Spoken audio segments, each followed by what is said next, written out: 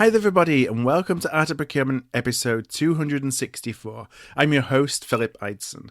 Now before I introduce you to today's guest, I want to let you know that I'm really excited to tell you that we have a new title sponsor for the next 3 months on Art of Procurement. So I first introduced a title sponsor for Art of Procurement back in 2016, and back at the beginning of this year, January 2019, we actually created a brand partnership program, which you'll have seen through some of the AOP live webinars that we've done, and we actually have a couple of special series lined up for later in the year. Now, the focus on all these is thought leadership, and so designing the program to be true to Art of Procurement, being authentic, is one of the reasons it's taken me almost 3 years between the original title sponsorship program we had and the new ways in which we work with companies who want to invest in helping us all in the procurement profession elevate the role of procurement. Now, one of those sponsorship opportunities is for partners to become our title sponsor. As you can probably imagine, producing the podcast is really expensive, both in terms of time and expenses. And so our title sponsor really helps offset some of those costs. So with that in mind, I'd like to introduce you to today's sponsor, Tradov. I first connected with Kent Yan. Kent is the founder and CEO of Tradov. Almost 10 years ago, I was actually a practitioner at the time, and it was just a couple of months after he went live with version 1 of the platform. So while the Tradov platform has evolved since that version 1 back in 2010, their mission really remains the same. And that's to target and eliminate pain points for business buyers and sellers. So things like purchasing urgency, unaligned buying and selling processes, lack of communication and transparency, and difficulties discovering new suppliers. Now, one of the things you can do with Tradov is build your own private network or community portal. You can do that within the tool for free. So, for example, as a procurement organization, you can create a private network within Tradov where your entire procurement team can come together and share information, post thought leadership, start group discussions. So it's a little bit like a hybrid of LinkedIn, Slack, and a wiki page that brings together all of your team's communications into one place. While you're doing that, you can then switch over to the public areas of Tradov, and there you'll join a community of over 250,000 buyers and sellers. And as a buyer, you can post your supply needs, and Tradov will notify the best suited sellers worldwide. So that gives buyers an opportunity to find new suppliers, receive multiple proposals, and become better informed on the market dynamics of the product or service that you're buying. Now, finally, buyers and sellers then have the opportunity to transact via Tradov's B2B blockchain solution. It's a blockchain payment solution. Long-time listeners are going to know that we've explored the potential of blockchain as a disruptive technology on the Art of Procurement for the past couple of years, and I'm really excited to see Tradov bring a product to market that has the potential really to be transformative from a payments perspective.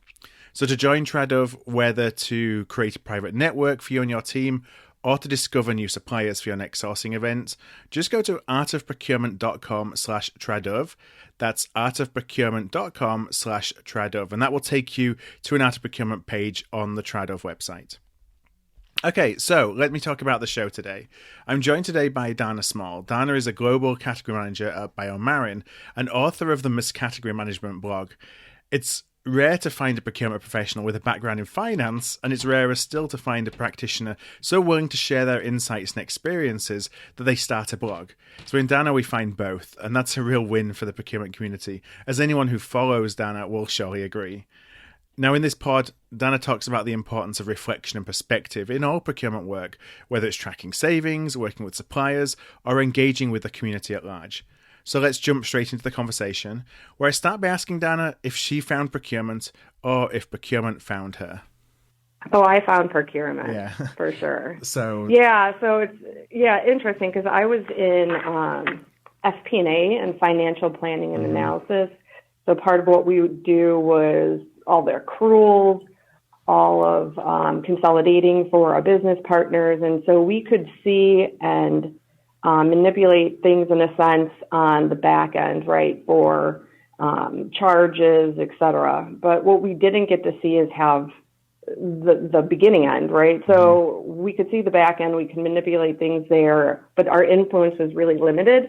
And because it was so limited, I said, I really want to see the end-to-end process. And that's where I decided, hey, why don't I go into sourcing? And then maybe I can be a little bit more influential on the beginning of the process versus coming to them after the fact to say, hey, you might want to try this to save money, and they've already spent it.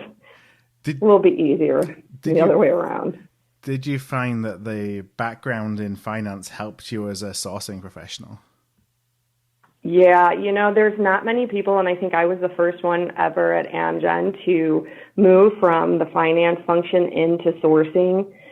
They typically don't have a lot of finance background people, and so, I think the first 60 days there, I had given a finance 101 to the entire organization of like 100 and some odd people. So it was definitely a mindset change because sourcing people are focused on other things. Finance is really focused on the numbers. Yeah. So it's a bit of a stretch, and a lot of people don't understand. I think from a sourcing perspective, like when they go to finance or FP&A and they say, look, I did this great project, all these savings, and they're either cost avoidance or soft savings, you're going to get the finance person say, okay, that's great. Let me pat you on the back, but what do you want me to do? Yeah. Because if it's not coming out of the budget, if it's not hard dollars, there's nothing really FP&A can do except validate, okay, you did a good job, right? So would you encourage sourcing folks to be working further upstream with finance? So, for example, at the beginning when you're doing an opportunity analysis for a project, get finance involved at that point so you can share, these are the benefits that I think that this project will bring. And have a chat about savings methodologies if it's something that can be claimed or tracked or whatever it may be, so that they're aware of what's going on, that it's not just a conversation at the end. No, I think it's never a bad idea, especially if you think there is a possibility for hard savings to be involved. I think at any organization, always the problem is that it gets redistributed, right? So even though we may have taken a $4 million provider and now it's $2 million a year, those funds have already been reallocated to something else by the time that contract gets signed. Yeah.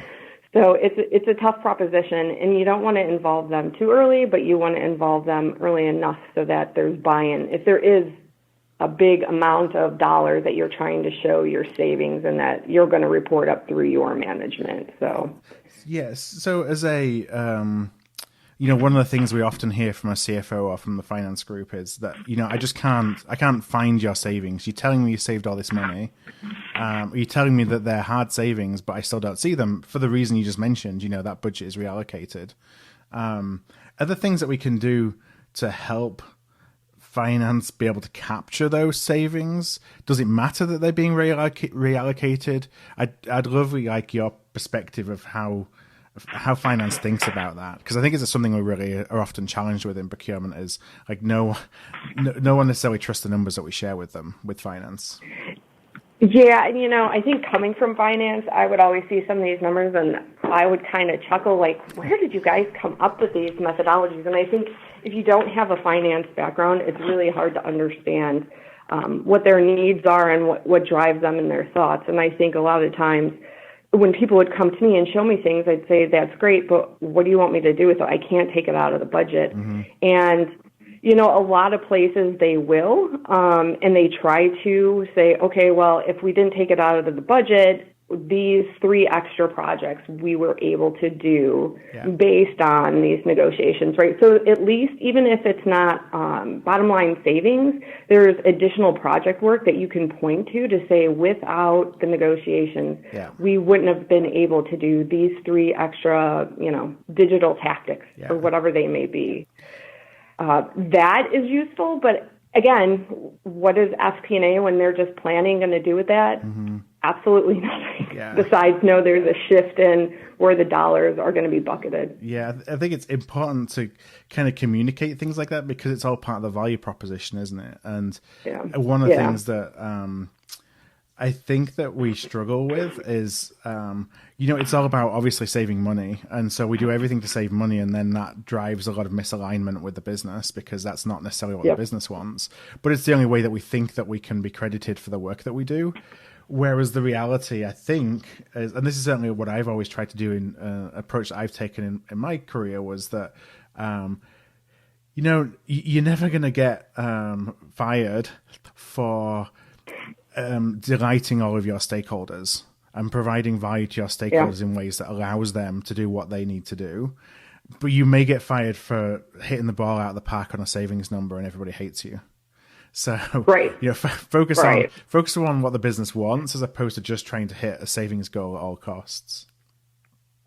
Yeah, and I think a lot of times that pressure can lead people to definitely come up with creative accounting methodologies for their savings. And I do remember some of those thinking, I just don't understand how you guys came up with this. It was the first bit of the average of this, and now it's the last bit of the, and you're like, let's just make this simplified. And, I've always, because I've come from finance, told people, and I myself am very conservative in the numbers that I give, because what you don't want to do is lose credibility, especially when you report up through the finance function to a CFO, and you need to provide, what value that you're giving. If you overinflate numbers, it's just not going to end up well. No, I call it procurement math. It's this idea that we basically have a tendency to over elaborate on what the opportunity is when we're doing forecasting and when we're doing the reporting, and that if nobody can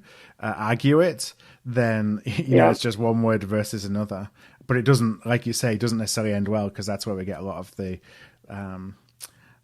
negative connotations with the ideas of savings numbers from. Yeah, I really feel like most people in procurement who don't have some type of business or finance background would definitely benefit from having like a finance 101 or sitting with FP&A or accounting for, a week or two to understand, how they do budgets and how things get allocated, and just how the process works in general. Because once you have a sense of how the process works, you have a different lens on to then say, okay, I've done X amount of work, and it's valuable. Don't get me wrong. Sometimes cost avoidance is extremely valuable. Had you not showed up, they'd be charged, $20 more an hour. At the same time, is it going to impact our bottom line? No. And so that's making that decision and understanding how to make that decision, I think, is key. And a lot of people just don't have that insight. I think that's a great idea. I put a lot of stock in empathizing with those that you work with, understanding what they're going through and what they're trying to achieve. And I know from my career, when I was on the practitioner side, I didn't do that. I just assumed. And and thought that it was just a big black box, and so as long as I do my bit, then I'm good. And obviously, as I've matured my thinking, I think very differently to that today. But again, it's something that it's harder to do because it's just about creating the time to do it. But your peers in all these other groups would be, I think, would welcome it with arms open.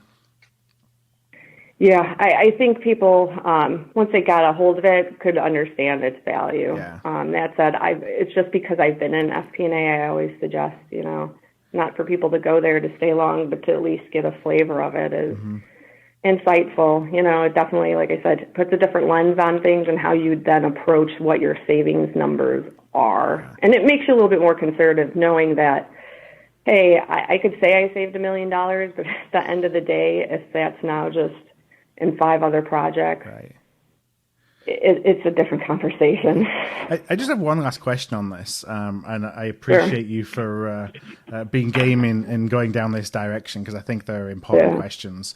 Do you recommend an organization to have set savings methodologies, or look at it in the context of each individual project?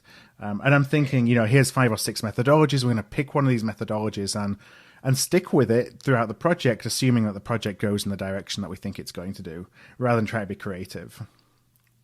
Yeah, being creative, I don't think is ever a good idea. I'm a very type A personality with the numbers, so I would say you have to have, as an organization, agreement on what savings definitions are across the board. And I will say they can get complex, right? Whether you consider, hey, I saved, $500,000 this year and next, is that savings for both years? Or do you need to have incremental savings, right, for the next year to actually do things? It starts getting really complex and muddy, but I think if you can nail down and simplify as much as possible, then there's no question, then you don't have to worry about when you go to an executive, if they're going to think, well, what are these funny numbers and how they come up with this?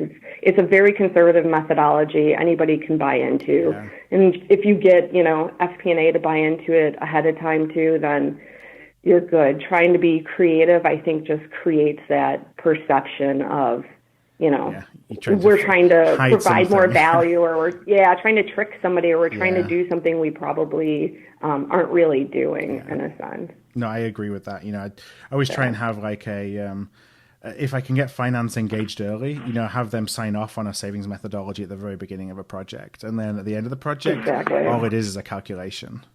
You're not arguing about how it works then because, hey, we figured that we could save some more money in a different area or claim savings somewhere else. But so I'd love for you to tell me about your blog, Miss Category Management. Like, how did you end up, I guess, moonlighting as a blogger after spending the day at work as a category manager? You know what? It's funny.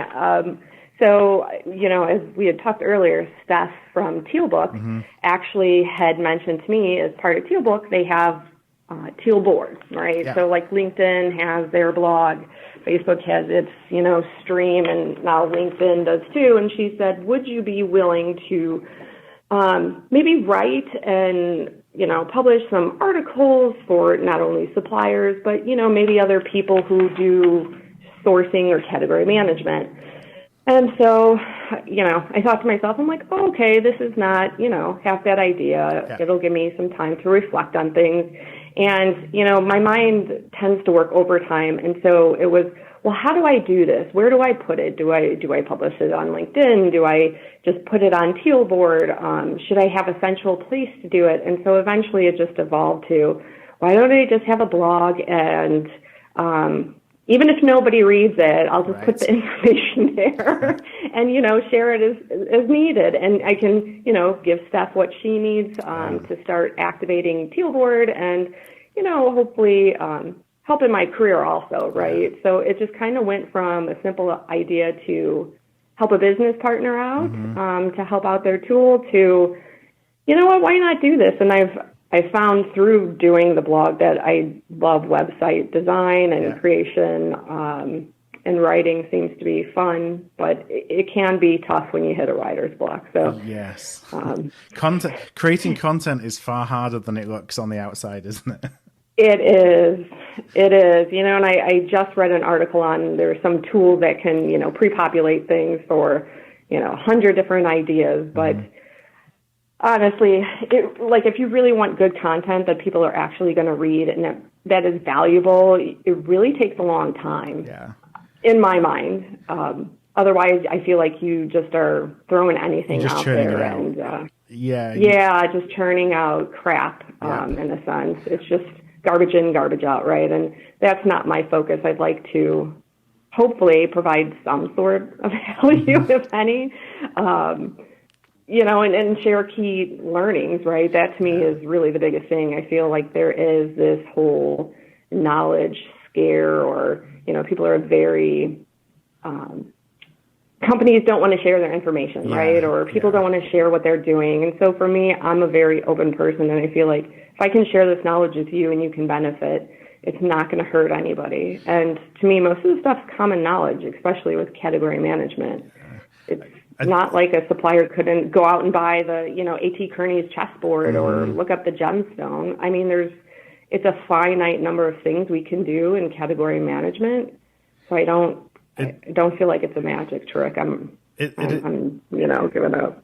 No, I can say it is funny how, as a profession, we have been taught to keep cards close to our chest, that sharing information is giving up power. And I guess I wouldn't have started the podcast if I felt that way as well. But it's actually heartening to me to see now that I think there is less and less that people are being afraid to share. There's more sharing going on. But then that benefits us all as a profession. At the end of the day, we all want the profession to be more successful because it's the rising tide lifts all boats. And whatever we can do to help people, to me, is, why not? Yeah, 100%. And that's, basically what I'm here to do. I mean, I believe category management or sourcing, we're a support or helping function anyways. So it just makes sense to want to help and support others in, that same position who are maybe new or just have ran out of ideas or just, are looking for something out of left field that they can, try with their company that may not be the norm. So have you found that by writing the blog, it's now giving you, because you're now engaging more broadly in social media through the content that you're creating, that's giving you new ideas that you can actually bring back and strengthening, you in your day job? It does, but I think the more of the impact for me is when I'm in my day job, I think about things differently. Like I will process when I finish something differently. Like if I want to blog about it, I'll say, okay, what are my lessons learned? Did I do everything right? And then it almost makes me go back and double check my work in a sense of like, is this really the right way to do things? And if I explain it to somebody and blog about it, is it going to look all right, or am I going to sound, stupid for doing this? Should I have done something else differently? So I think it gives you that perspective just to reflect back on your work. Yeah. The engagements are one thing. I don't know if I take a ton back from the engagements to blog about, but I think it's great for social networking. And I mean, some of the times that you have, like I have good conversations with people, I've definitely come back and had times where I'm like, ooh, I want to blog about this or that. But, more of the times it ends up being driven from my day-to-day, kind of workload and what I'm doing and what I'm up to. Yeah, it's interesting you talk about the self-awareness. That's not something that I would immediately have thought about in terms of a benefit of doing what you're doing. But I mean, self-awareness is so important and something, again, that we struggle with. So it's fascinating to hear that that's a benefit that actually it brings to you, because you kind of, in the moment, you're already thinking about perhaps how would others see how I've approached this if I talked about it. Yeah, and it's something you typically, or at least I typically never did before. Right. I just, you do your work, you think you did a great job, and then you move on. But if you take that step back and you're like, okay, if I'm going to tell the world about this, how is it going to play out and how is it going to look? Yeah. It definitely makes you think twice about some of the things you do. So I think it's a great way to, just kind of check yourself in what you're doing and making sure it makes sense. From a broader perspective. Have you had any feedback from suppliers, or have you seen the way that suppliers interact with you, that perhaps they have read something that you've written about and positioned themselves either to align themselves with something you've talked about, or see that as a discussion starter?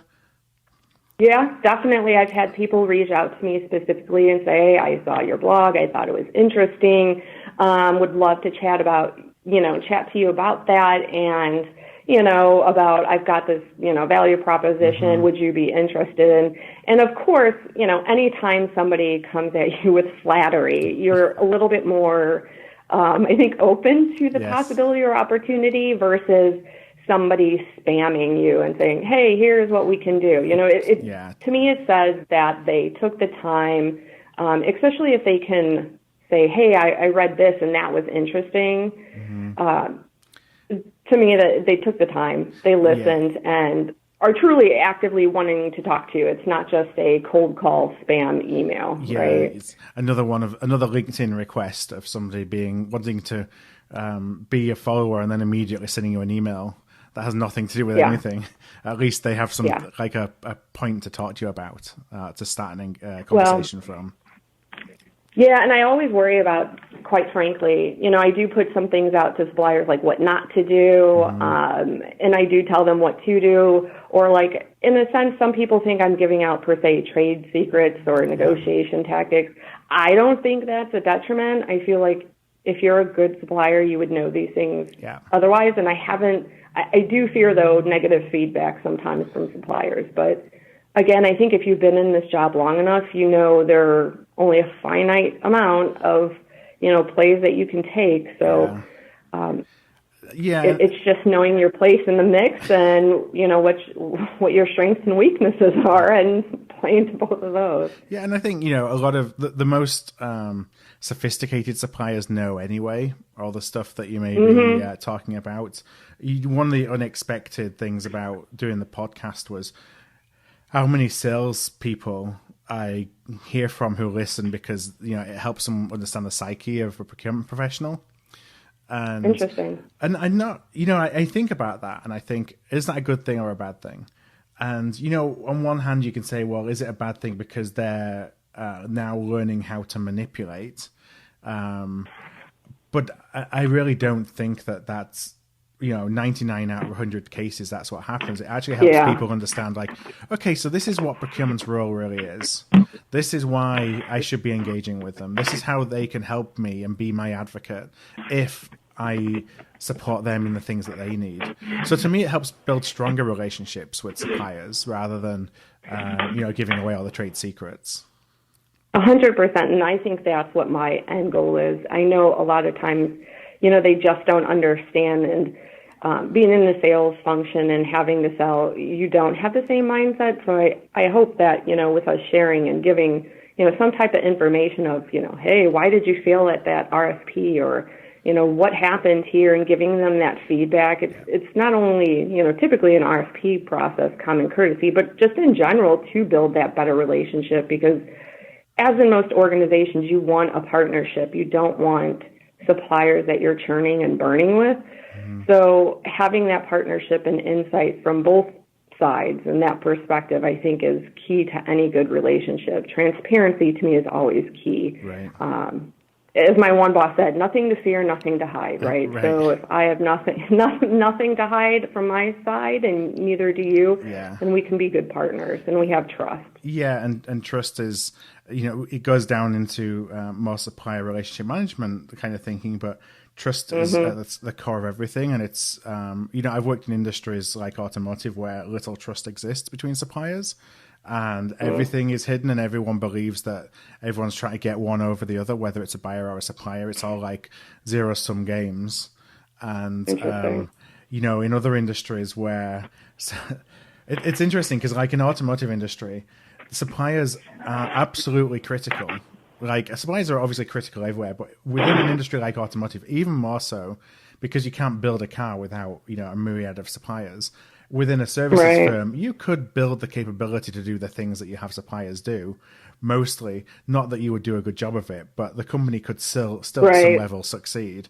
And yet, it's the automotive business and businesses like it where there's a lot of there's no trust between a lot of suppliers, and it's the service-based businesses that are all more about collaboration and innovation. Yeah, which it really should be. I mean, category management 101 is, innovation and, working to help, your suppliers become innovative and part of your supply chain, and, what benefits them benefits you, right? Yeah. If you guys are partnering correctly together. So it's unfortunate. I've never heard about the automotive industry being that cutthroat, but it's interesting to hear that it's gone down to that level. Yeah, and I think that there may be folks in automotive who listen and say, hey, it's not like that. And so I know I'm being very generalist, but I'm also speaking from my personal experience of, being a buyer in automotive for 5 or 6 years, especially when it gets to tough times economically. There's a lot of, it's all about saving every last penny. And you go through this cycle where you go through that process and you're trying to get rebates from suppliers and all kinds of ways to get money back from them. And then a couple of years later, when the business cycle changes, everything is wonderful and you want to partner and be great collaborators with them, and then wonder why there's no trust. Right. But it's a vicious circle you can get yourself into. So I just want to come back before we finish today and talk about raising your profile, using tools, whether it's blogging or social media, for a procurement professional to raise their profile. And I just wonder if you could share any advice for somebody who's thinking about it, maybe they're on the fence about doing it. What should they do? How should they approach it? How did you approach it?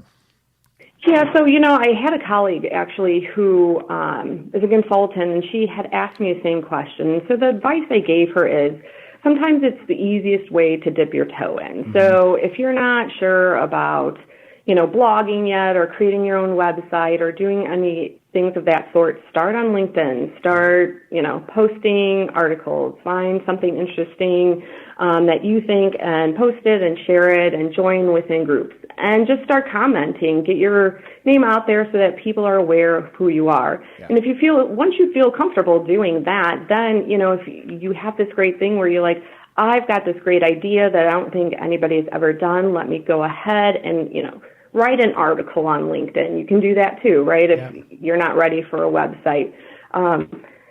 And just kind of slowly work your way into it. You don't have to automatically just dive into a blog where, it's a little bit more time consuming. Right. And like I said, you definitely have to have a lot more content to be able to come up with. But if you can just dip your toe in from the start, see how it is, and see the reactions you get from people and, if they're engaged and, that to me kind of builds your confidence to take it to the next level. Yeah. That was my perspective on how I've, in a sense, worked in there and how I've, told other colleagues, like, if you've not done anything, just kind of start by commenting or, posting something here or there. It'll get you into the mix and then make you feel more comfortable so that you do feel that you can do bigger and bolder things. Yeah, and I would add to that, like, don't be afraid of, there being crickets when you start, and nobody reading or nobody engaging, because that's actually a good opportunity for you to, like, learn your voice. And exactly, if you don't, like, my when I started the pod, no one listened for a long time, and that was okay. I just wanted to put myself out there and start. Yep. And, if you start turning up and showing up and being consistent and create value, then people will end up finding you. But if it doesn't happen overnight, don't think, oh, no, nobody wants to hear from me or everybody thinks I'm talking rubbish. It's just that these things just take time. It's business, right? Yeah. A lot of our business stuff, it's not, in a sense, going to go viral. And I think a lot of the younger generations always like, oh, I want this to go viral. But I agree, you almost have to build up the base. And for a long time, and even now, I still think I write the blog for myself. I don't, when people come to me and they're like, oh, I read your blog, I think it's really good, I'm shocked. Like, I'm still, when I look at some of my numbers, I'm like, are those people really going onto my website and reading my blog? Like, this is interesting, right? But you get to gauge, I think, with some of your blogs, like, oh, this one fell flat, or this one had a ton of responses. Why? So you get to go back and reflect on what worked well and what didn't, and then shape your future blogs. I've been doing it for a very short amount of time, maybe 6 months, but I know the difference on my writing styles and techniques and topics has drastically changed over that time, because you see what people really, react to and are genuinely interested in and will comment on and give you more information to want to blog more on. Yeah, and it's funny, sometimes you just don't know when you put something out there, is this are people going to engage with it or not? It may be a topic that you're passionate about and nobody else cares about, and and vice versa. Yeah, pretty much. You think, oh, every man and his dog has created content about this, but you still put it out there, and sure enough, that's the one that gets the high numbers. I think, if you have an interesting perspective, or if you have an interesting writing style, or if you're like me, you tend to be a bit of a smart ass sometimes, it kind of takes the mundane out of business, right? If you can throw in a joke or, kind of make things a little bit, give some personality to it. People are more apt to read it. I know myself personally, in reading things, I want something quick, concise, to the point, and if it's entertaining, more the better. But if it's this long 3-page read, I'm pretty sure that I'm going to zone out. So, I always try to keep that in mind too, that, you can put a lot of good content out there, but just remember, people's attention span now in the digital age is very short. So you also have to make sure to tailor things to that too. Yeah, to be cognizant of that. Yeah. Well, Dana, I'd love if you, before we wrap up, the very last question, and I always say to my guests, this is the easy question, is if listeners would like to, connect with you, find where you are, read the blog, where is a good place for them to find you? Sure. They can either find me on LinkedIn at Dana Small, or they can go directly to misscategorymanagement.com, all one word, and find me there. They can submit questions, or even send me emails at misscategorymanagement at gmail.com. So I am more than open and happy to talk to anybody and give advice. Yeah, well, what I will do is I will include links to the blog and to your LinkedIn profile on our show notes. And I would encourage anybody listening to go and check out the blog for sure, because lots of really cool insights. And it's going to be really interesting to see as well how that evolves, as you continue to get feedback as you put more content out there. So absolutely go check that out. Those will be the show notes, which will be at artofprocurement.com. That's artofprocurement.com. And just search for Dana Small and you will find the show notes for today's episode along with that link. So one last time, Dana, thank you so much for joining me today. No, thank you. I appreciate it. Good conversation. It's nice to have. Thank you. Hi there, it's Phil here again. I really hope that you enjoyed today's show with Dana. Now, we're going to be back next week with a deep dive into the consulting category. And actually, I think it's a show that's relevant to anybody who buys people-based professional services. I want to thank Tradov once more for their support of Art of Procurement. Now, to learn more about Tradov, including their supplier discovery and B2B blockchain payments platform, or to create your own private network for you and your team, you can sign up to become a user for free at artofprocurement.com/Tradov. That's artofprocurement.com/Tradov.